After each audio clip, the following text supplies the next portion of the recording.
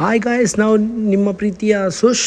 ಇವತ್ತು ಏಡಿ ಸುಕ್ಕವನ್ನು ಮಾಡುವ ವಿಧಾನವನ್ನು ನಿಮಗೆ ತೋರಿಸ್ತಿದ್ದೇವೆ ನೋಡಿ. ಅದಕ್ಕೆ ಬೇಕಾಗುವ ಸಾಮಗ್ರಿಯನ್ನು ನಾವು ನಿಮಗೆ ವಿಡಿಯೋದಲ್ಲಿ ತೋರಿಸ್ತಾ ಇದ್ದೇವೆ. ನಿಮಗೆ ಇದರದ್ದು ರೆಸಿಪಿ ಬೇಕಾದರೆ ಕಮೆಂಟಲ್ಲಿ ಕಮೆಂಟ್ ಮಾಡಿ, ನಾವು ನಿಮಗೆ ಶೇರ್ ಮಾಡ್ತೇವೆ. ವಿಡಿಯೋವನ್ನು ತಪ್ಪದೆ ನೋಡಿ. ಒಂದು ಸೈಡಲ್ಲಿ ಏಡಿ ಎಷ್ಟು ಚೆನ್ನಾಗಿ ಬೇಯ್ತಾ ಉಂಟು ನೋಡಿ. ಮಸಾಲೆ ಎಲ್ಲ ಇಟ್ಕೊಂಡಿದೆ. ಅದೇ ರೀತಿ ಉಪ್ಪು ಎಲ್ಲ ಒಳ್ಳೆಯ ರೀತಿಯಲ್ಲಿ ಮಿಶ್ರಣವಾಗ್ತದೆ.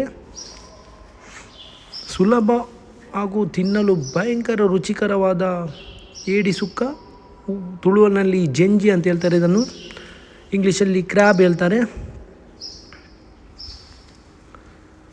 ಇದು ಗಂಜಿ ಊಟಕ್ಕೆಲ್ಲ ಭಾಳ ಒಳ್ಳೆಯದು. ಇದು ಕ್ವಾಂಟಿಟಿ ಸ್ವಲ್ಪ ಜಾಸ್ತಿ ಉಂಟು. ನಿಮಗೆ ಕ್ವಾಂಟಿಟಿ ಕಡಿಮೆಯಲ್ಲಿ ಸಹ ಮಾಡ್ಬೋದು. ಅದರ ರೆಸಿಪಿಯನ್ನು ಸಹ ನಾನು ನಿಮಗೆ ಶೇರ್ ಮಾಡ್ತೇನೆ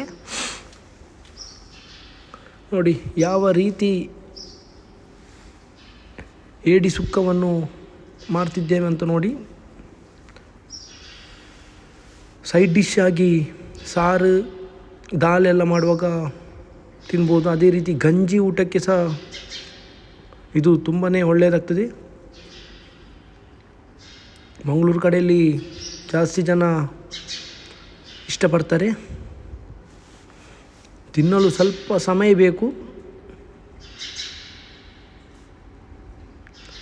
ಈ ಮಸಾಲವನ್ನು ಮಿಕ್ಸ್ ಮಾಡೋದ್ರಲ್ಲಿ ಇರುವುದು ಅದರ ರುಚಿ.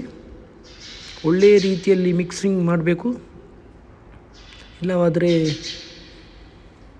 ಅದು ಅಷ್ಟು ಟೇಸ್ಟಾಗಿ ಬರುವುದಿಲ್ಲ.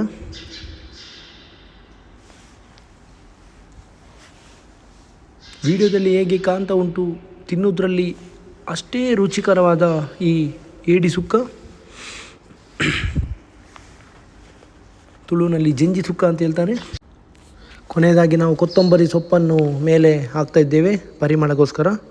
ವಿಡಿಯೋ ಲೈಕ್ ಆದರೆ ಶೇರ್ ಮಾಡಿ, ಸಬ್ಸ್ಕ್ರೈಬ್ ಮಾಡಿ. ಮತ್ತಷ್ಟು ವಿಡಿಯೋಗಾಗಿ ವೇಟ್ ಮಾಡಿ. ನಾವು ನಿಮ್ಮ ಪ್ರೀತಿಯ ಸುಶ್. Thank you.